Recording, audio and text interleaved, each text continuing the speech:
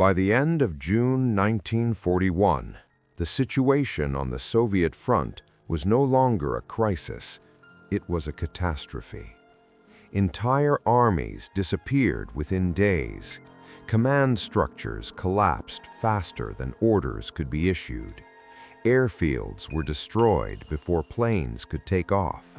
Columns were bombed on the roads. The German Blitzkrieg worked exactly as planned. Speed, shock, encirclement. And the result was predictable. Hundreds of thousands of Soviet soldiers were cut off. Front lines dissolved into chaos. Retreat turned into flight. For the German command, this wasn't even surprising. It confirmed everything they believed. The Red Army would collapse in weeks. But then, something began to happen. Not everywhere, not across the entire front, just in one direction. At first, it looked like a delay, a minor resistance, then a problem, and soon something far more dangerous. Because instead of retreating, one Soviet army began to fight differently, not trying to hold a line that no longer existed, not waiting for orders that would never come. It adapted, it moved, and most importantly, it attacked. This wasn't how Soviet armies were supposed to behave in 1941. Most units, once broken, lost coordination. They scattered. They tried to escape encirclement. But the Fifth Army did the opposite. It stayed together. It pulled back, but not blindly. It chose ground. It chose timing. And then it struck, again and again and again. German units began reporting something unusual: constant pressure, unpredictable attacks, no clear front line. Instead of a collapsing enemy, they were facing a force that refused to follow the script. The Fifth Army didn't just defend, it disrupted. It hit supply lines, it attacked flanks, it forced German columns to slow down. And for the first time in the entire campaign, the Blitzkrieg lost tempo. The man behind this army was not what you would expect. He wasn't a war hero from the Civil War. He didn't rise through chaos and blood. He didn't build his reputation on dramatic victories. In fact, Mikhail Potapov wasn't even supposed to become a general. He was born in 1902 in a rural province of the Russian Empire. A stable family, hard work, discipline, nothing extraordinary. And his path, at first, had nothing to do with war. He served in a church as a deacon, not a soldier, not a commander, a man of voice, of structure, of inner discipline. That voice would stay with him. Years later, soldiers would remember it, calm, steady, controlled, even under fire. And something else stayed with him too: faith. Even after becoming a Soviet officer, in a system where religion was dangerous, he didn't openly reject it. He didn't advertise it either, but he didn't hide who he was. In the 1930s, that wasn't just unusual, it was risky. And yet, his career didn't collapse, because what mattered more than ideology was competence. Potapov was not ambitious. He didn't push himself forward, but he had something rare. He could think clearly under pressure. Not by the book, not by habit, but by situation. In a military system built on rigid structures, this made him different. And different, in war, can either get you killed or make you indispensable. For Potapov, it would become both. Before 1941, before the collapse, before the Fifth Army, there was another war. Far from Europe, far from the main stage, a place most people don't even remember. Khalkhin Gol, summer 1939. On the border between Mongolia and Japanese-controlled territory, a conflict that was supposed to stay local turned into something much bigger, a real test. Not just for soldiers, but for commanders. This was where Mikhail Potapov faced war for the first time. And he didn't get an easy sector. He was assigned to one of the most unstable directions, a flank under constant threat. The enemy was maneuvering, trying to break through, trying to reach the rear. His forces were complicated. A rifle division, 3 brigades, Mongolian cavalry, different training, different experience, different levels of discipline.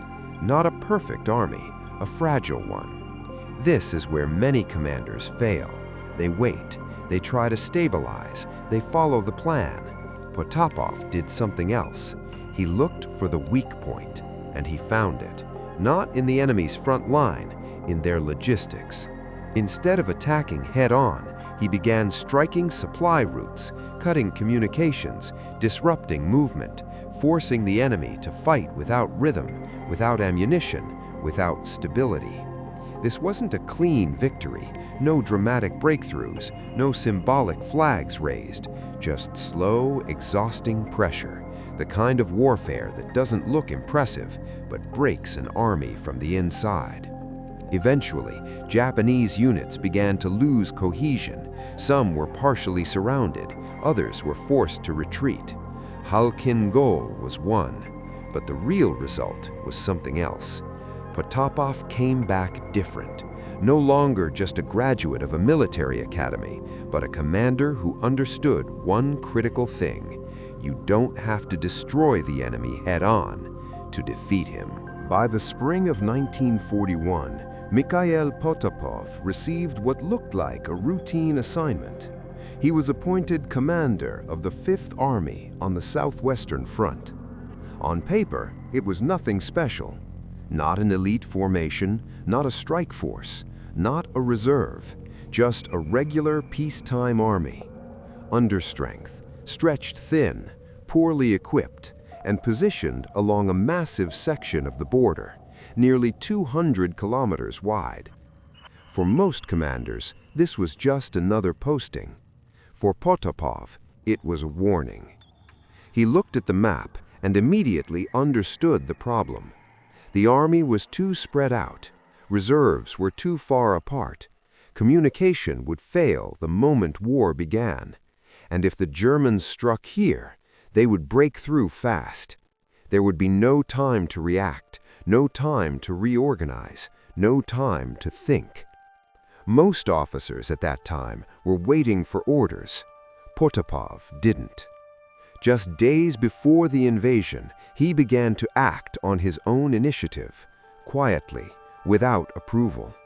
He moved some units closer to the border, pulled divisions out of their permanent positions, strengthened reconnaissance. Formally, it could look like caution. In reality, it was preparation for something he knew was coming. Then came June 22. The strike was immediate. Airfields destroyed, artillery barrages, tank wedges pushing forward. Everything happened exactly as expected, except for one thing.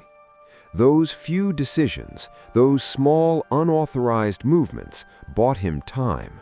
Not much, hours, maybe a day, but in a collapsing front, even hours can decide whether an army survives or disappears. Now Potapov faced a choice that would define everything that followed. Retreat blindly and lose control like everyone else, or fall back with purpose, draw the enemy in, and force him to fight on a ground where speed meant nothing. Potapov chose the second, and with that decision, the war for the 5th Army became something very different from the rest of the front. Potapov didn't just retreat, he chose where to fight. And the place he chose was something the German command never planned for: Polessie, a region of swamps, forests, rivers, and narrow, broken roads. On German Stabnich Partach, it looked like empty space, a place to pass through, not to fight in. But Potapov led his army there on purpose, because for tanks, for fast-moving columns, for everything Blitzkrieg depended on, this was a nightmare. Vehicles got stuck, roads turned into bottlenecks, columns stretched out and lost coordination. Speed disappeared. And without speed, Blitzkrieg begins to suffocate. But Potapov didn't just defend, he turned this terrain into a weapon. Every river became a defensive line, every forest an ambush, every village a resistance point. And most importantly, his army kept attacking, constantly. Within days of the invasion, his units launched counterattacks. Not large-scale offensives, short, sharp strikes, enough to bleed the enemy, enough to make them stop. In one of the first engagements, German losses reached around 1,000 killed and multiple tanks destroyed. For the Wehrmacht, this was unexpected. While other Soviet armies were collapsing, here they were being pushed back. Then Potapov escalated. About 10 days into the campaign, his forces struck at something even more critical: supply routes. They reached the highway toward Zhytomyr and caught one of the key logistical arteries supporting the German advance. Movement slowed, plans stalled, commanders were forced to react. Suddenly, this wasn't just resistance, it was a disruption of the entire operational flow. German reports started mentioning the same problem again and again: the Fifth Army. Not a breakthrough, not a decisive battle, but constant pressure, relentless, unpredictable. Some historians would later estimate that Potapov's forces attacked up to 8 or even 10 times a day. Small engagements, short clashes, but together they created something new, a war the Wehrmacht wasn't prepared for. Not a fast campaign, but a grinding one, a war of exhaustion. And in the swamps of Polesye, for the first time in 1941, the German advance began to lose its rhythm. By August 1941, something strange appeared on the map of the Eastern Front. While German armies advanced rapidly toward Smolensk and pushed closer to Leningrad, one sector looked wrong. Not a smooth front line, but a deep, unstable wedge. Not a retreating army, but a constant threat. That sector was held by Potapov's Fifth Army. For the German command, this was no longer just an irritation, it became a problem. And for Adolf Hitler, a personal one. On August 21, 1941, a directive was issued. Clear, direct, unusual. The Fifth Army had to be destroyed at any cost. Potapov's name was mentioned explicitly. That alone says everything. Soviet generals were not usually singled out in documents at that level. But now, one army was forcing the highest command to react. And to solve this problem, Hitler made a decision that would later be called a strategic mistake. He redirected forces from Army Group Center, the very forces meant for the advance on Moscow. They were sent south against Potapov. Among them, units of Guderian's tank group. Fast, experienced, designed for breakthrough warfare, now forced to deal with one exhausted army hiding in forests and swamps. Later, in his memoirs, Heinz Guderian would try to justify this move. He would argue that it disrupted the original Blitzkrieg plan. But behind that justification was something else: recognition. The Fifth Army had interfered with everything. Instead of rapid movement, heavy fighting. Instead of clean encirclements, unstable flanks. Instead of confidence, constant tension. And yet, Potapov's army was dying. Men were lost every day. Ammunition was running out. Equipment was failing. But it kept fighting, because every day it survived meant something larger. Somewhere behind the front, new Soviet units were being formed. Defensive lines near Moscow were being strengthened. Time was passing, and the war, slowly but irreversibly, was turning into something Germany never planned for. But even the strongest resistance has a limit. By early September 1941, the Fifth Army was no longer a full army. It was what remained. Out of roughly 70,000 men, only a few thousand were still able to fight. They were exhausted, outnumbered, running out of ammunition, but still organized, still resisting. Potapov understood the situation clearly. This was no longer about maneuver, no longer about holding ground. It was about survival. He insisted on withdrawing further, saving what was left of the army. The permission came, too late. The encirclement around Kiev was already closing. German forces were moving from both sides, cutting off escape routes, tightening the ring. Communication failed. Units became isolated, and for the first time, even this army could not control the situation anymore. Potapov gathered the remaining commanders and gave an order rarely heard from a general of his rank. Break through in small groups, move at night, strike weak points, do not hold positions at any cost, survive. But he didn't plan to leave himself. When the final fighting began, he was not behind a map. He was at the front, where it was hardest, where the line was breaking. At one point, the battle turned into close combat, gunfire mixed with shouting, smoke, explosions, chaos. Somewhere in that chaos, the general was severely wounded. He was carried from the battlefield unconscious. Communication was already gone. Units were breaking apart, and among the soldiers, a rumor spread quickly. The commander is dead. He was buried in a mass grave, without a name, without a rank.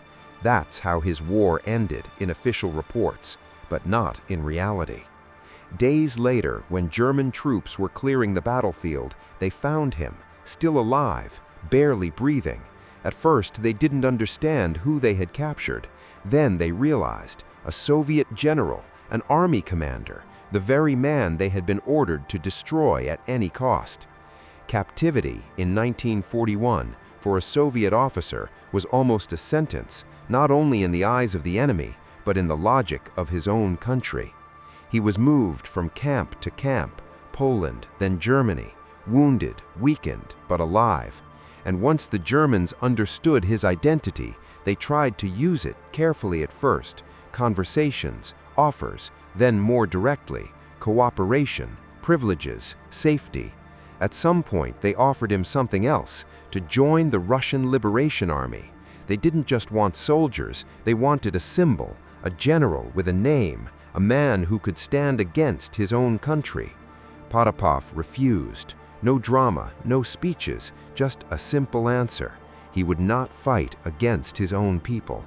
In the camps, he remained the same, strict, uncompromising. According to other prisoners, he sometimes said things that angered the Germans deeply, that if they pushed further east, they would not find victory but slaughter, that the war was already lost, only time remained. He spent almost 4 years in captivity, no guarantees, no protection, no certainty he would ever return. And yet this may have been the hardest part of his war, not the front, but staying himself when it was more dangerous than fighting. In 1945, the camp was liberated by American forces. For Potapov, the war was finally over, but one more test remained, returning home. For Soviet prisoners of war, this was not a relief, it was an interrogation. Checks, suspicion, accusations. Many did not survive this stage, even after surviving German camps. Potapov went through all of it, calmly, without excuses, without papitkas opravdаться. Everything was pravierena, carefully, harshly. Capture, behavior, contacts. This was where many fates ended, but not his. He was not repressed, not stripped of rank. He was reinstated as a major general and returned to service. No speeches, no recognition, just duty. Later, Georgy Zhukov, not a man known for easy praise, would describe him simply, a man of great soul, loved by soldiers for his humanity and fairness. Mikhail Potapov never became a symbol of victory. He didn't take Berlin, he didn't sign capitulations, his name was not turned into legend. But in 1941, he did something that seemed impossible. He stopped the German army where it was supposed to pass without delay. His Fifth Army tied down 21 divisions. It bought 2 months of time that changed everything. History rarely remembers people like him. It remembers final victories, but forgets those who held the line when there was almost no hope. Potapov did not lose his war. He completed his mission. And maybe that is exactly why his name is worth remembering.